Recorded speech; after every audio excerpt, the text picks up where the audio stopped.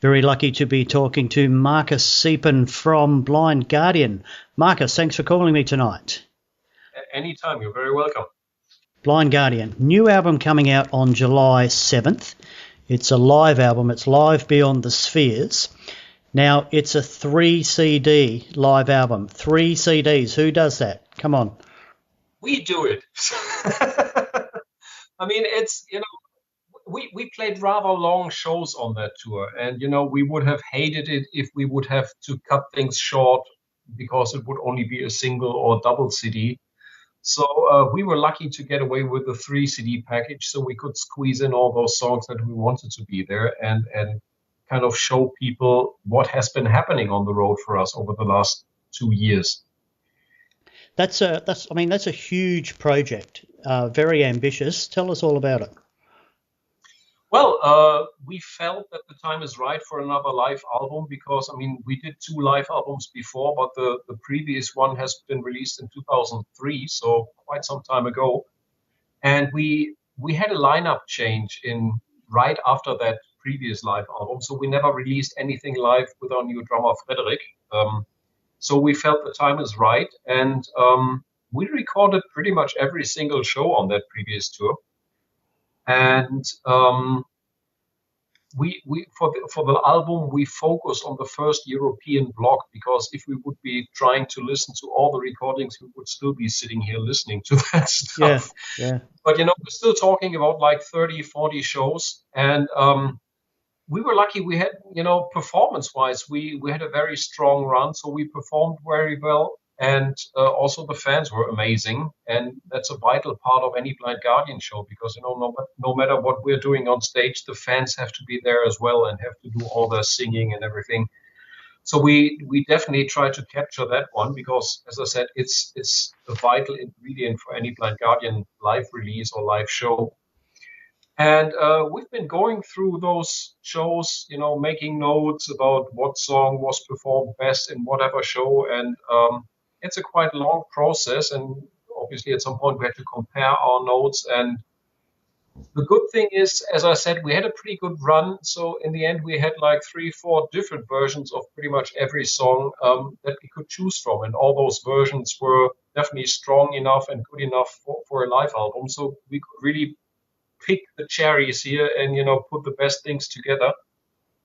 And as I said, the album tries to capture what we've been doing on the road. So it's a mix of old songs, of new songs, of some really rare stuff.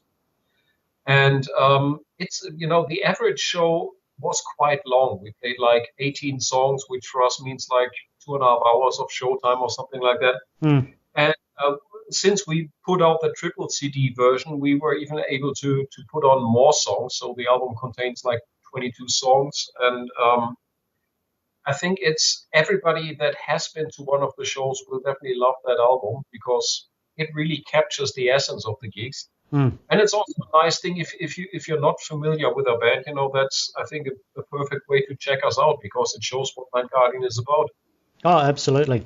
Now, with you saying that your average show is 2.5 hours long and the CD package is longer than that, that tells me you are altering the set list from time to time. Is that right? Every day, yes. That's one of the things we always like to do for several reasons. First of all, it's tricky to put together a set list, and it becomes more and more tricky with every new album because there's so many songs that people want to hear, that there's new stuff they want to play, and there's rare stuff that we didn't play in a while or never played before that we want to add to the set. And as I said, we play rather long sets, so we can squeeze in quite some songs. But we also changed the set every day, so the average set had like 18 songs, I think, and we prepared 45, and we played those 45 songs over the course of the tour. Oh, wow. And like this, we can play way more songs than if we would just stick to those 18. Yeah. And there are many fans that come to more than just one show. And like this, they have a guarantee that they will see different sets, so it's more interesting for them. Yeah. And it's also important for us because if, the tour kept us on the road for almost 2 years. And if we would have been playing the same 18 songs every single day, it would be a pretty boring routine. It would turn the whole thing into kind of 9 to 5 job where you do the same thing every day. And we don't want that. We want it to stay interesting and fresh for us as well. So that's why we like playing around with the set list. And obviously for the live recordings, it was perfect because like this, we could record way more songs and Yeah. choose from all this pile of songs than for the live album. So it definitely was the right decision. And with playing, that many songs, that would have made this process of narrowing down which ones to put on the album and then which version of which song to put on the album, that would have made that a monumental task. It is kind of monumental, yeah, but yeah, no, that's the typical kind of Blind Guardian overkill. We like to do such things. Um, but by focusing, for example, only on the first European block, that eliminated a couple of songs from the choice because there were some songs, like for example, The Curse of Fëanor, which we only started playing way later in the tour. I think the first time we played that one was on the last 1 or 2 shows in the US tour. So only by the end of 2015, beginning of 2016, we really started playing that song. So it was not a choice for that live album. So things like that narrowed it down. There was another song called The Holy Grail from the previous album that also we only started playing in 2016. So those songs were not in the pool of the album songs now. So that helps a bit. But we still have all those recordings. As I said, we recorded every show. So we might do something with those songs later on, use them as single B-sides or Yeah. put together compilations or release one of those shows as an official kind of bootleg or whatever you want to call it these days. We have tons of material that actually is pretty good. And the fact that we didn't put such things on that album now doesn't mean we won't use them in the future. It's always good to have something like that in the back, and we'll see what we can do with it. Yeah, okay. Now, Blind Guardian's music lends itself to crowd involvement, and there's lots and lots of real involvement from the crowd on this live album. I love that, especially on Lord of the Rings, for example. Now, that has to feel good, being on stage and feeling that kind of love from the crowd. Good doesn't capture it. It's amazing. Yeah. It's one of the absolute highlights about being a musician. This Yeah. reaction when you go on stage. It's one thing to put out an album and read good reviews or hear people talk about it, but it's a completely different thing if you play those songs and people react in those ways. It's amazing. And you named The Lord of the Rings. That's an extremely special song to me. Yeah. Because this song provokes such strong emotions.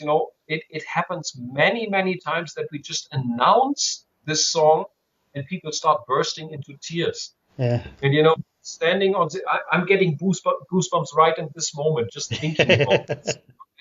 Yeah. If you're standing there on stage and you tell people, okay, the next song will be blah, blah, blah, whatever, and they start crying. That's so fucking intense, it's amazing. And yeah, that's a vital part, as I said, of every Blind Guardian show, because the crowd has to be there as well.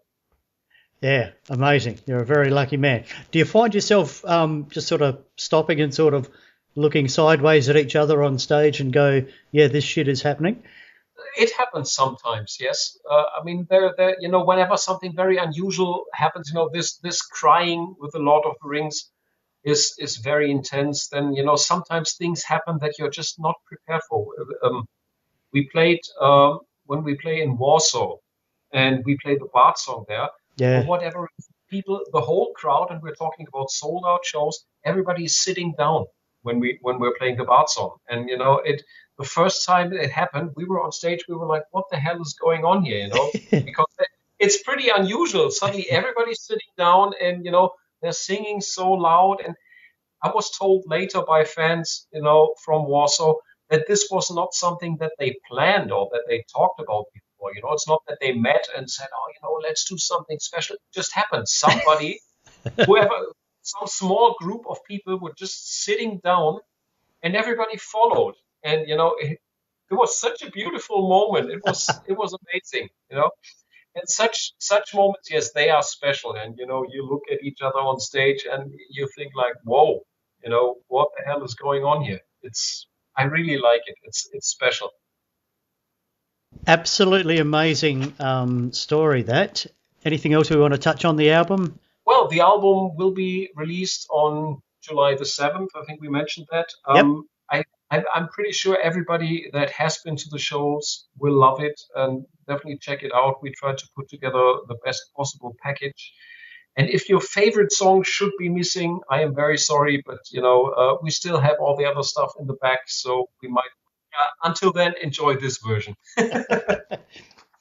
2 years since you released Beyond the Red Mirror. How did that album go?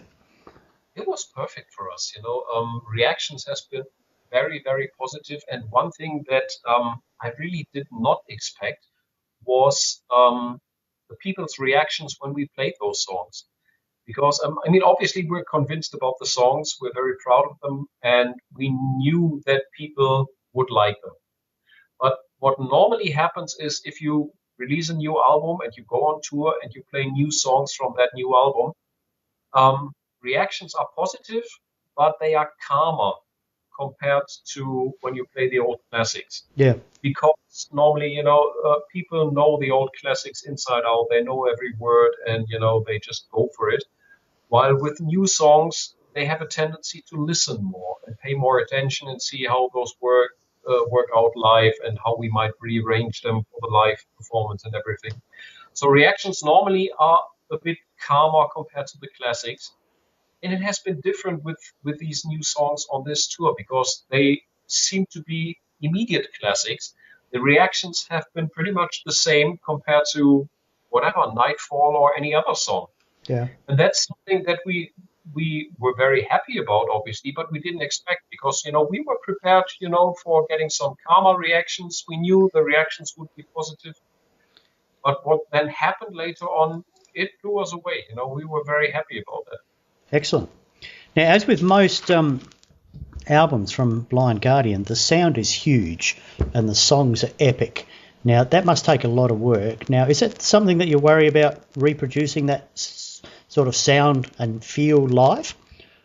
Not at all. We completely separate those two things. Whenever we work on a studio album, we just record everything that we feel that has to be there. And if that should be like 40 guitars and a huge choir and an orchestra, then we just go for it. And only later on, when the album is done and we're about to go on tour, then we have to kind of relearn those new songs and rearrange them into live versions. Because Yeah. obviously, if we record 40 guitars or even more, whatever, in the studio, on stage there's just Andre and me, so there will only be two guitars playing. So we have to really go through the songs and find out what are the most important lines, concerning guitars. Do there have to be a rhythm guitar and a lead guitar in a certain part, or should I also switch to lead guitar if there's harmony leads that have to be there, or should Andre also switch to rhythm guitar if we focus on that? Mm. Same for the choirs. What's the main lines that have to be there? So who is singing which voice, or which voice does Hansi take? It's rearranging things into live versions, and that's why sometimes songs sound different live. I mean, if I take a song like The Ninth Wave, for example, Mm-hmm. it's a huge, very complex song on the album, Mm. and the live version is much more raw. It's heavier. It's more aggressive, and I love it.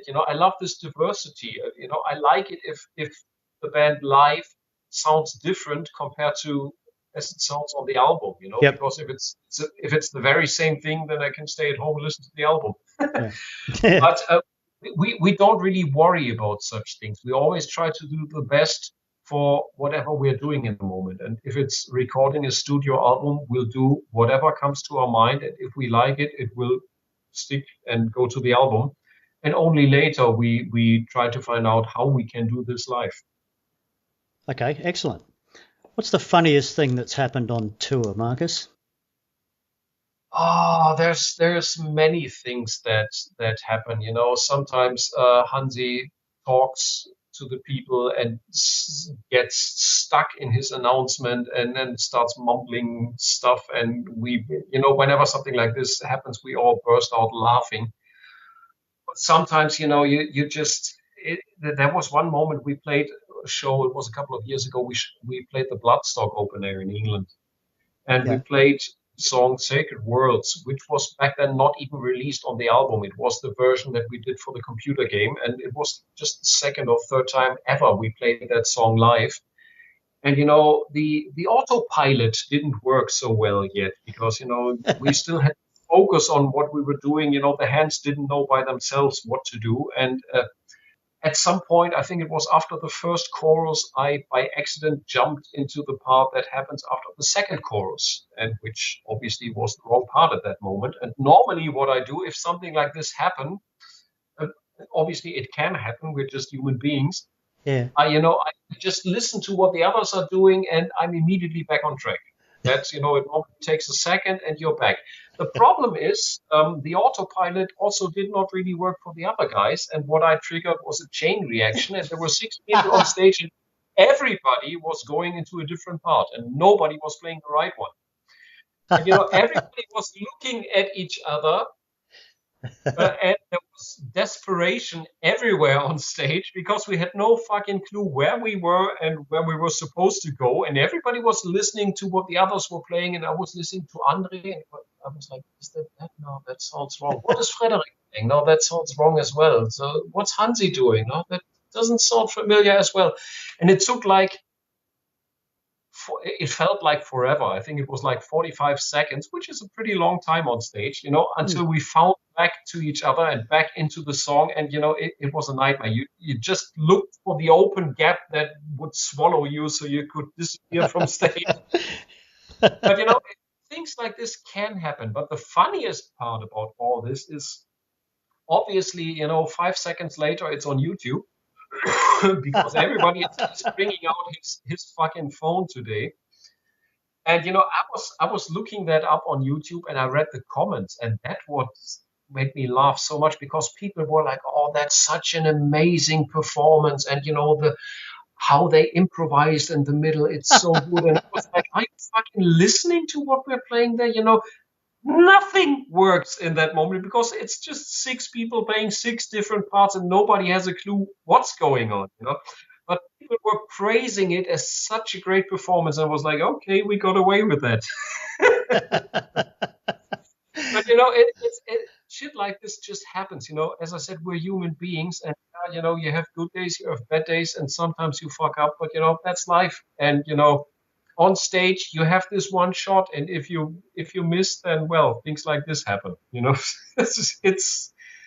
But it's part of the fun. Normally if somebody fucks up on stage, as I said, normally you just pay attention to what the others are doing and you're back on track immediately. And everybody laughs on stage for some seconds, and then you're back doing the song. But that moment in time, I just triggered a chain reaction and kicked off everybody. And yeah, it was just one of those moments. Wow, I didn't expect an answer like that. Excellent. Right. New album coming out very soon, the live album, as we mentioned. What's happening in the world of Blind Guardian? Are you going out on the road again to support this, or are you using this time to take a little bit of a break? We'll play a handful of shows, so it's like 10 or 12 festivals over Europe, but it's not really touring, supporting the album. I mean, we pre-supported that live album by doing the tour where it was recorded. So we focus on songwriting. Writing for the next studio album has started already, and we'll finally finish the orchestral album that we've been working on forever. It's only Hansi's vocals that are still missing, and he can finally finish his recordings this year. The original idea was to go back into the studio in breaks that we had in between touring blocks, but we completely underestimated the how demanding touring is for him, because obviously his voice is affected if you're on the road for 3 months. After that, you don't go home and go back to the studio on the next day and record for an album. It doesn't work. He needed those breaks to rest his voice and be fit for the tour again. So we had to abandon that plan, and he can finally finish his recordings this year. because after all, there will only be like 10, 12 shows. Yep. So the plan is to release the orchestra album next year. And as I said, in the meantime, we're working on new songs. And whenever they are done, we'll record them and put out the next studio album. And then we'll be back on the road again. How do you see the world for our type of music right now? Are we in a good place as far as the metal genre goes? Yes, I definitely think so because, I mean, we're one of the lucky bands that can play anywhere on this planet. We played on all continents. And wherever we played, there was a devoted crowd that knew the songs, that had fun, that sang with us and, supported the band. So I think the global metal scene is a very strong community. There's a whole lot of diversity when it comes to bands. You have all kinds of subgenres within the metal scene that is going strong.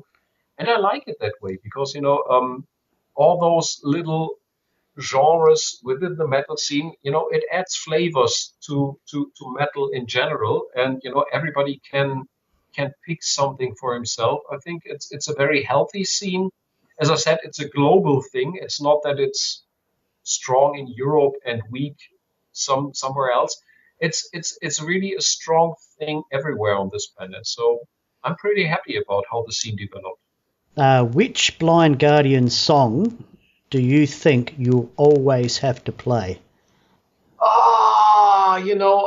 There's immediately the Bart song coming to my mind because I think that's one of the classics. Same would be Mirror Mirror. But since we are a very revolutionary band, we started kicking out even such songs, because the problem is um, more and more songs turn into those eternal classics, which is a good thing, of course, on one side, because it shows that those songs really mean a lot to our fans. The problem is if people take it for granted that we will be playing those songs at every show, there won't be room for anything else at some point. So on the previous tour, we started kicking out Valhalla quite a couple of times. There was a show without the Bart song. And it's not that I don't love playing those songs. I still love them and I still love playing them. And I'm aware of how important these songs are for people. I just want to be, I just don't want to be too predictable when it comes to a set list. And I don't want people to take things for granted. There might be a whole tour where we don't play even those songs. I don't know. It's not that we're sitting down here in the moment saying next time we do not play all of those songs. We'll play something completely. There will always be room for classics. But at some point, we have to also juggle around with these ones because otherwise it will be the same set list every single night. And that's definitely something we do not want to have. So, yeah, I would name those songs, but, we might mess with them. Even they are vulnerable. Yes, and they should be. Any song should be because I mean that's part of the blessing about this band. So many songs turned into these kind of classics. So we have a whole pile of songs that we can choose from, and at some point we have to, replace some of them at least for a while. I'm not saying we will never ever play the Bart song anymore. For sure not. It's one of these songs for us. But it might happen that we won't play it at every single show. Yeah. Okay. Right, Marcus from Blind Guardian, absolutely magnificent talking to you. Really was. I'd like to thank you for calling. You're welcome. Very welcome. And the very best of luck with your new album, the live album, Live Beyond the Spheres. Absolutely massive package, well recorded, well put together. Congratulations with that and good luck. Thank you very much. Hope to see you on tour whenever we come back to Australia. And that's a promise, we will be back for sure. So see you on the road. Excellent. Thanks, Marcus. You have a great day, okay? Thank you. Same for you. Bye-bye. Okay, bye.